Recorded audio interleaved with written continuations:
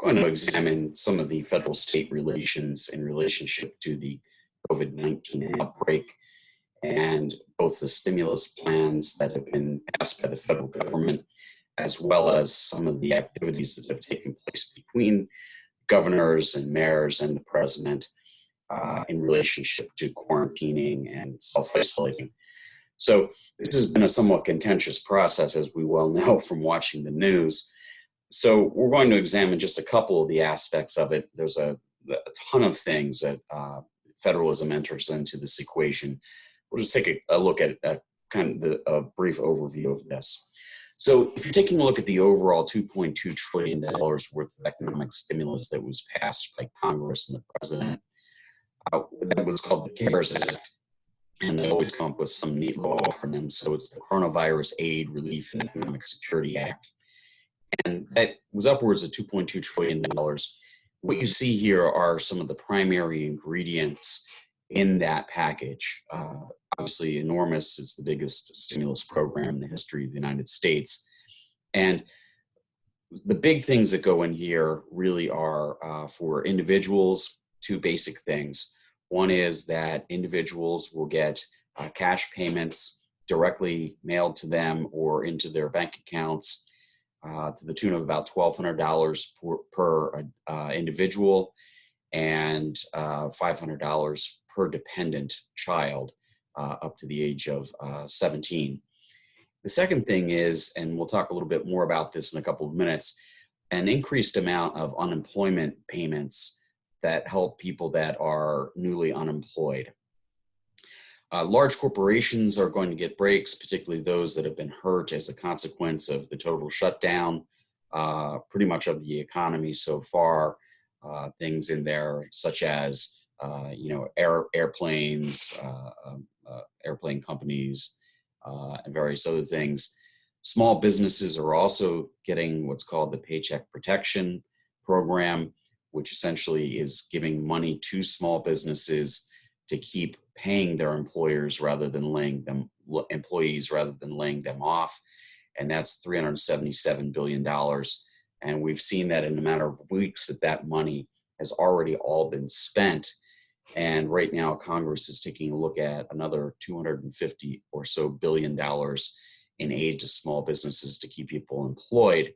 And that's kind of being held up in Congress right now because Republicans only want to deal with small business and Democrats are talking about some other programs, particularly aid to state and local governments. And then the last thing that's really important here for us is the idea of state and local government aid. And that's really kind of where the fiscal federalism aspect comes in. So there's about $339 billion worth of aid that's going to state and local governments. Almost all of this aid is only in response to the healthcare needs in relationship to COVID-19. As we'll see in a couple of minutes, none of that goes towards helping government's budgets, which are being crushed as a consequence of a lack of economic activity. And also right up at the top there, I kind of remiss in not mentioning the fact that $153 billion is going to the public health system to help, with the crisis itself in hospitals. Now, one thing I just mentioned was this individual relief rebate. And here's basically the chart of how this works. This is designed to phase out as people or families make more money. So if you are an individual and you make up to $75,000, you'll get to $1,200. And after that, it tailors off as you get to $100,000. If you're married with children, that starts to tailor off at about $175,000. And depending on how many children you have, that phases out completely by about $200 or a little bit more $1,000 from there. So technically, if you're making about $100,000 a year and you're married and you have two children, you would get $2,400 for the two individuals and then $500 per child. So you'd get about $3,400 in this relief program to help get you through the next several months. Now, the big problem is who's actually responsible for addressing the problems related to COVID-19. I think there's two ways to take a look at this. One as the public health problem and the other from a monetary problem. Let's just take a look right off the bat about the idea of the public health crisis that we see here. This is a really messy side effect of federalism in the United States, and the fact that there isn't one all-power and full national government that can set all the rules across the country. It's what we would call a concurrent power, and that is one that is shared by both the federal and the state governments. There are certain areas that both of them have under the Constitution, and to be honest with you, they are blurring very well. We don't see, at least from in some cases, in a very partisan nature, governors and the president are not playing very nicely with each other in their sandbox here for COVID-19. So taking a look at this from the federal side, because of the Commerce Clause, the president has the ability to be able to regulate entry into the country of people from outside of the U.S. So we did prevent Chinese people from China from coming to the United States and added other countries afterwards. And then the president also has the ability to be able to regulate travel between states. Now, one of the things that the president also has is the power to be able to assist states in preventing, in this case, COVID-19 from spreading across state lines. And the Center for Disease Control is in charge of that. And CDC also has the ability to be able to step in and help out states when they don't believe that they're doing a good job in preventing the viruses from crossing state lines. What that actually means has never been tested. Does that mean that they can actually step in and take over a state's program? Probably not. These are constitutional issues that would have to be worked out. And then finally, because the federal government has an enormous amount of taxing power under the 16th Amendment and can also run budget deficits, it can provide funding and assistance in many different ways to state and local governments to help them during this crisis. What we know also, though, is that most of the power to quarantine and self-isolate and to restrict businesses from operating and all the rest of the things that we're seeing happening right now are really state powers, things reserved to them under the 10th Amendment of the Constitution, things that are generally known as the police powers. In other words, those powers to regulate health and safety of residents within the state. So for the most part, the power would seem to rely with the governors as we move forward. Now, it's not entirely clear whether or not the federal government can override the states in the national interest. So, at various points in time, we've seen President Trump basically say the states need to shut things down. He can open up the economy, and only he can open up the economy. And now he's back to kind of the states can open up the economies. What we've really seen is, in some aspects, cooperative federalism here with money flowing back and forth. But the states are not happy because they feel as though they're not getting enough money from the federal government. They're not getting enough testing kits from the federal government. And they're also not getting enough medical supplies from federal stockpiles, which, to be honest with you, were relatively small to begin with. So these messy issues of federalism are things that are, being discussed and occurring as events happen. Let me just give you a couple of ideas here of what's going on, and I'm going to use two examples. One is President Trump talking about his powers, and Mario Cuomo, governor of New York,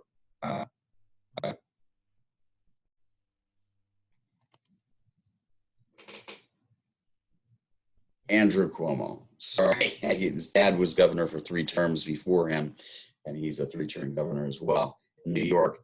Andrew Cuomo has kind of taken up the mantle of being the Democratic foil to President Trump with his daily press conferences, and they've been going back and forth and sparring with each other. What we generally have seen is that for the most part, Blue state governors have been those who have been sparring most with the president, were mostly Democrats. Governor Mike DeWine of Ohio, who's a Republican, and Larry Hogan of Maryland have also been kind of leaders and outspoken on this. But most Republican governors have sat back and not really criticized the president, but many Democratic governors have. And Cuomo has kind of been the face of that. So, we see some things just over the last week or so where President Trump, basically thinking about this being an election year, he wants to open the economy up so that we, make sure that there's good economic growth, or not as bad as it possibly could be. This is an election year. He's gone back and forth on who has the power to do all of this, right? So one of his trumps on April 13th was, for the purpose of creating conflict and confusion, some of the fake news media are saying that the governor's decision to open up the states, not that of the president of the United States and the federal government. Let it be fully understood that this is incorrect. It's the decision of the president, and for many good reasons. That said, the administration and I are working closely with governors. So he's basically making the argument at that point that he and he alone can open up the United States to commerce. However, it has been the governors who basically were the ones that signed the executive orders closing down the economy, so it's unclear how that could actually happen. And he's moved back from that a bit as we've gone on. Second thing is he went so far as to call some Democratic governors who were not opening up their states or complained about his actions, calling them mutineers, which is quite a volatile term. And then there's some sparring back and forth between him and Andrew Cuomo and other Democrats. Governor Cuomo should spend more time doing and less time complaining. Get out there and get the job done. Stop talking. We've been giving you everything that you need. You really don't need as much as you've been complaining about. We've done our job. You haven't done your job. So he's really kind of turning the blame over to the governors. On the other hand, New York, again, as being kind of the epicenter of the COVID-19 crisis here in the United States, we've seen both Governor Andrew Cuomo as well as Mayor Bill de Blasio of New York City being very critical of President Trump. And again, both of these guys are Democrats, so it's not surprising. In a couple of days ago, after President Trump had labeled, or leveled all these Twitter attacks on him, Governor Cuomo said, first of all, if he's sitting home watching TV, maybe he should get up and go to work, right? And he also, in that same press conference, said he's doing nothing. All he's doing is walking in front of the parade. The federal government's got to be part of this approach. They can't wipe their hands of it. I'm willing to do what I can do and more, but I'm telling you, I don't do China relations and I don't do international supply chain. That's where the federal government can help states. And then, Cuomo kind of walked back from that, realizing that he really needs the federal government and that there's no use getting into a fighting match with the president. So he's kind of walked back from that approach. But Mayor de Blasio is not. He's been enormously critical of the president, even quoting a famous quote from the 1970s that was in the New York Post.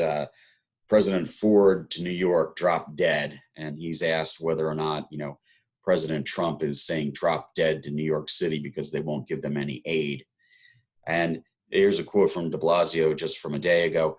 If he would just say the word, the Senate would jump. This is on new funding for state and local governments. But the president has been silent. So President Trump, what's going on? Cat got your tongue? You're usually really talkative. You usually have an opinion on everything. How on earth do you not have an opinion on aid to America's cities and states? So, this kind of back and forth is not productive for anybody. And I think we'll probably see somewhat of a cooling of the tempers as things go on, because this is not, it's not the way the cooperative federalism system works.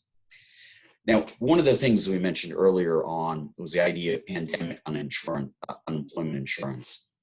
And this is the second ingredient that, most of us as individuals would get if we were eligible. So you get your check of $1,200. And if you happen to become unemployed as a consequence of the pandemic, there will be additional money coming to you through the federal government. So typically, uninsured employment is paid by your employer, and the amount that they pay into that system and that unemployment system varies by state. But that money then goes to the federal government. They keep the government, and then disperse these checks. Typically, you'd have 26 weeks of unemployment benefits if you became unemployed. Different states vary, and the amount of money that you can get varies by state as well. So, for example, in Pennsylvania, the minimum that you can get for unemployment benefits is $76 a week, and the maximum is $580. And you're eligible for between 18 and 26 weeks. Now, here's the thing. In the CARES Act, what happened was one way to help people that are unemployed, everyone who's getting unemployment from their state governments is now going to get an additional $600 per week added on to their state benefits. So let's just say in Pennsylvania, you were making the maximum of $580 a week in unemployment benefits, you would now be getting $1,180 a week. And that goes not just for the normal 26 weeks of unemployment, but an additional 13 weeks has been added on there. So people will get benefits for 39 weeks in total. And this unemployment doesn't replace your entire salary if you become unemployed, because that would be a disincentive to go out and look for work. But this is an extraordinary case, so the federal government's added that on. Now, one of the big problems, here's a chart of the complicated way. I don't want to get too much into the weeds, but if you take a look here, these are just how Alabama, Alaska, and Arizona basically come up with their benefits. It's an enormously complex thing, so I don't want to get bogged down in those details, but if you're really into the weeds, you can take a look at that. Now, here's one of the problems that we see right now. Many of the states are not, they have these trust funds for unemployment insurance. And a state like Pennsylvania, for example, has only recently paid off what we borrowed from the federal government during the Great Recession to pay benefits. So, many states don't have enough money to be able to continue unemployment benefits for very long. So in Pennsylvania, we only have about 11 weeks worth of unemployment benefits to be able to pay out. California has 4. They've got 4 weeks. They've got, about, I think 24 days is what they actually have.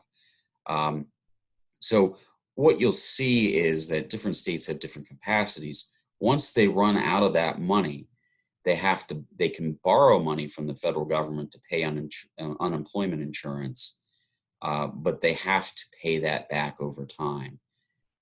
And that's an enormous burden for state governments who are now asking for additional funding to help them get by on that.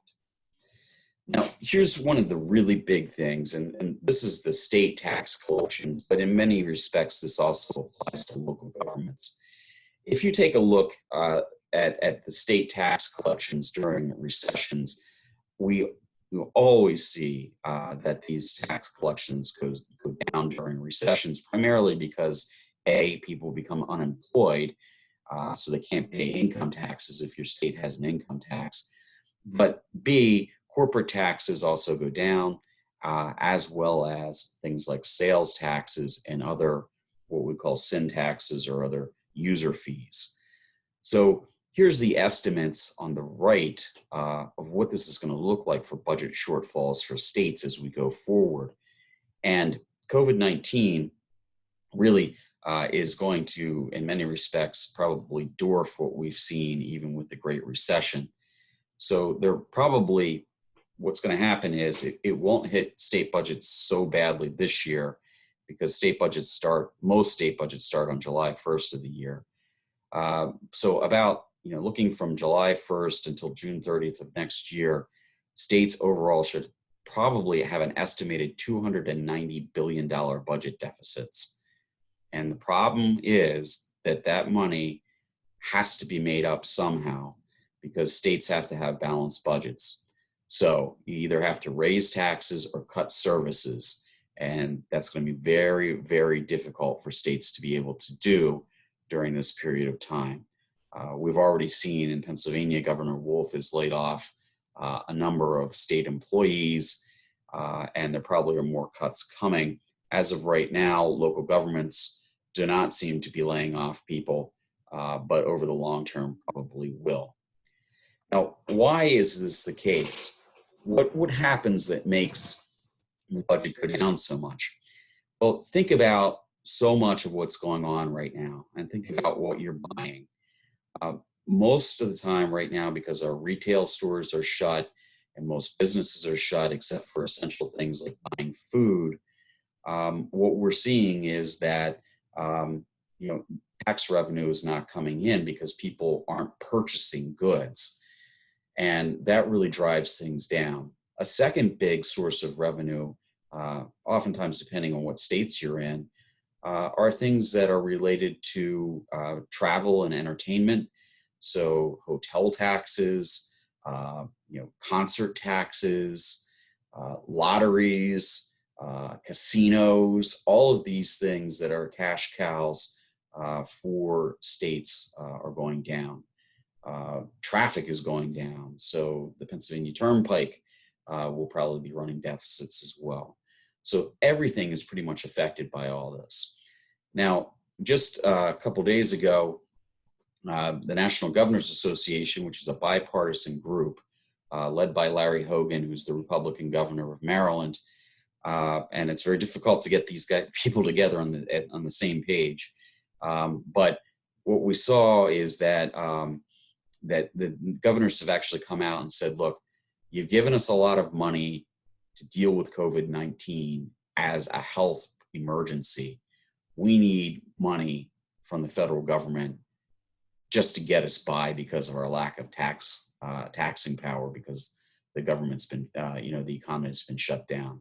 So governors are asking the federal government for $500 billion more in revenue just to help them get by with their own budgets. As of right now, Republicans are not in Congress, are not interested in doing that. And Democrats are trying to get about, from what I understand, 150 to $250 billion in the next stimulus package for states. But it doesn't look like the Republicans are really willing or interested in going along with that. One of the reasons, again, is because the states that have been hit hardest are those blue states or Democratic states. So there's not a lot of interest in that from the Republicans. So that's a very brief overview of some of the things that are going on. There's a number of other things that are beyond the pale of what we need to talk about. But, the Federal Reserve is helping state and local governments borrow money, which is very important to keep them floating in these difficult times. States are having difficult times because the federal government moved the tax deadline back to July 17th instead of April 15th. And that means that some people won't be filing their taxes until after the next fiscal year starts for most states on July 1st. So they're going to be losing revenue for 3 months, and that's a problem. There are all kinds of things associated with this, minor problems. These are the things that we just talked about are some of the big things that we're seeing as state and local relations with the federal government as well.